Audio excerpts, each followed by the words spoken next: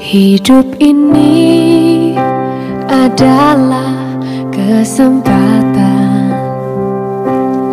Hidup ini untuk melayani Tuhan. Jangan sia-siakan. Shalom pemirsa, sebelum mendengarkan firman Tuhan hari ini, kita sama-sama berdoa. Bapa yang baik yang bertahta dalam kerajaan surga, kami mengucap syukur Tuhan buat berkat yang boleh kami rasakan hingga saat ini. Tuhan, pada kesempatan ini kami akan mendengarkan audio Kitab Samuel. Kiranya firman-Mu ini boleh menjadi berkat bagi kami dan nama Tuhan yang dimuliakan. Kiranya Tuhan memberkati kami dalam kehidupan kami. Mohon ampun dosa pelanggaran kami, karena kami berdoa dalam nama Yesus yang menebus kami. Bangkitlah pula murka Tuhan terhadap orang Israel. Ia menghasut Daud melawan mereka. Firman-Nya, "Pergilah, hitunglah orang Israel dan orang Yehuda." Lalu berkatalah raja kepada Yoab dan para panglima tentara yang bersama-sama dengan dia, "Jelajahilah segenap suku Israel, dari Dan sampai Beersheba. Adakanlah pendaftaran di antara rakyat, supaya aku tahu jumlah mereka." Lalu berkatalah Yoab kepada raja, "Kiranya Tuhan Allahmu menambahi rakyat 100 kali lipat daripada yang ada sekarang. Dan semoga mata Tuanku Raja sendiri melihatnya. Tetapi, mengapa Tuanku Raja menghendaki hal ini?" Namun titah raja itu terpaksa diikuti oleh Yoab dan oleh para panglima tentara. Maka pergilah Yoab dan panglima-panglima tentara itu atas perintah raja untuk mengadakan pendaftaran di antara bangsa Israel. Mereka menyeberangi sungai Yordan, lalu mulai dari Aroer dan dari kota yang terletak di tengah-tengah lembah ke arah Gad dan Yaeser. Kemudian sampailah mereka ke Gilead dan ke Kades di negeri orang Het. Selanjutnya sampailah mereka ke Dan, dan dari Dan mengambil jurusan Sidon. Kemudian sampailah mereka ke tempat yang berkubu, Tirus, dan ke segala kota orang Hewi dan orang Kanaan. Akhirnya tibalah mereka di bagian selatan Yehuda, di Beersheba. Setelah mereka menjelajah seluruh negeri itu, sampailah mereka kembali ke Yerusalem setelah lewat 9 bulan dan 20 hari. Lalu Yoab memberitahukan kepada raja hasil pendaftaran rakyat.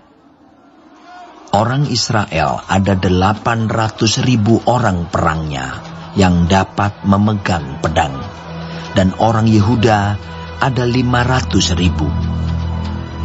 Tetapi berdebar-debarlah hati Daud setelah ia menghitung rakyat. Lalu berkatalah Daud kepada Tuhan, "Aku telah sangat berdosa karena melakukan hal ini. Maka sekarang Tuhan, jauhkanlah kiranya kesalahan hamba, sebab perbuatanku itu sangat bodoh." Setelah Daud bangun daripada waktu pagi, datanglah firman Tuhan kepada Nabi Gad, pelihat Daud, demikian, "Cukup, turunkanlah sekarang tanganmu itu." Kemudian datanglah Gad kepada Daud, memberitahukan kepadanya dengan berkata kepadanya, "Akan datangkah menimpa engkau 3 tahun kelaparan di negerimu? Atau maukah engkau melarikan diri 3 bulan lamanya dari hadapan lawanmu, sedang mereka itu mengejar engkau? Atau akan adakah 3 hari penyakit sampar di negerimu. Maka sekarang pikirkanlah dan timbanglah. Jawab apa yang harus kusampaikan kepada yang mengutus aku. Lalu berkatalah Daud kepada Gad, sangat susah hatiku. Biarlah kiranya kita jatuh ke dalam tangan Tuhan. Sebab besar kasih sayang-Nya. Tetapi janganlah aku jatuh ke dalam tangan manusia. Jadi Tuhan mendatangkan penyakit sampar kepada orang Israel dari pagi hari sampai waktu yang ditetapkan. Maka matilah dari antara bangsa itu, dari Dan sampai Beersheba, 70.000 orang. Ketika malaikat mengacungkan tangannya ke Yerusalem untuk memusnahkannya, maka menyesallah Tuhan karena malapetaka itu. Lalu ia berfirman kepada malaikat yang mendatangkan kemusnahan kepada bangsa itu, "Cukup, turunkanlah sekarang tanganmu itu."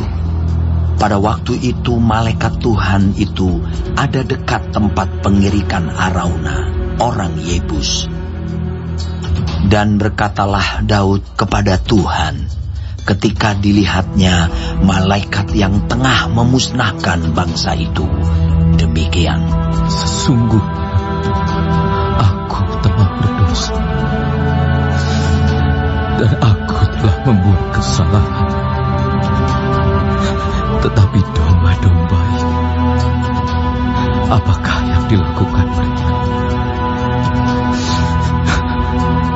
Biarlah kiranya tangan-Mu menimpa aku dan kaum keluargaku.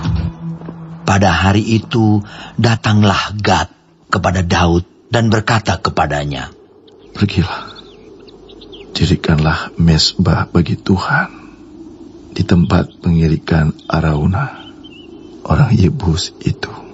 Lalu pergilah Daud sesuai dengan perkataan Gad, seperti yang diperintahkan Tuhan. Ketika Arauna menjenguk dan melihat raja dengan pegawai-pegawainya mendapatkannya, pergilah Arauna keluar, lalu sujud kepada raja dengan mukanya ke tanah. Bertanyalah Arauna, "Mengapa tuanku raja datang kepada hambanya ini?" Jawab Daud, "Untuk membeli tempat pengirikan ini daripadamu, dengan maksud mendirikan mezbah bagi Tuhan, supaya tulah ini berhenti menimpa rakyat." Lalu berkatalah Arauna kepada Daud, "Baiklah tuanku raja mengambilnya dan mempersembahkan apa yang dipandangnya baik. Lihatlah, itu ada lembu-lembu untuk korban bakaran, dan eretan-eretan pengirik, dan alat perkakas lembu untuk kayu bakar. Semuanya ini ya raja, diberikan Arauna kepada raja." Arauna berkata pula kepada raja, "Kiranya Tuhan Allahmu berkenan kepadamu." Tetapi berkatalah raja kepada Arauna, "Bukan begitu, melainkan aku mau membelinya daripadamu dengan membayar harganya. Sebab aku tidak mau mempersembahkan kepada Tuhan Allahku korban bakaran dengan tidak membayar apa-apa." Sesudah itu Daud membeli tempat pengirikan dan lembu-lembu itu dengan harga 50 sikal perak. Lalu Daud mendirikan di sana mezbah bagi Tuhan dan mempersembahkan korban bakaran dan korban keselamatan. Maka Tuhan mengabulkan doa untuk negeri itu, dan tulah itu berhenti menimpa orang Israel. Baik, sebelum mengakhiri firman Tuhan hari ini, kita sama-sama berdoa. Bapa kami yang di surga, dikuduskanlah nama-Mu. Datanglah kerajaan-Mu. Jadilah kehendak-Mu di bumi seperti di sorga. Berikanlah kami pada hari ini makanan kami yang secukupnya, dan ampunilah kami akan kesalahan kami, seperti kami juga mengampuni orang yang bersalah kepada kami. Dan janganlah membawa kami ke dalam pencobaan, tetapi lepaskanlah kami daripada yang jahat, karena Engkaulah yang empunya kerajaan dan kuasa dan kemuliaan sampai selama-lamanya. Amin. Terima kasih pemirsa telah mendengarkan firman Tuhan hari ini. Sampai ketemu besok hari. Terima kasih. Tuhan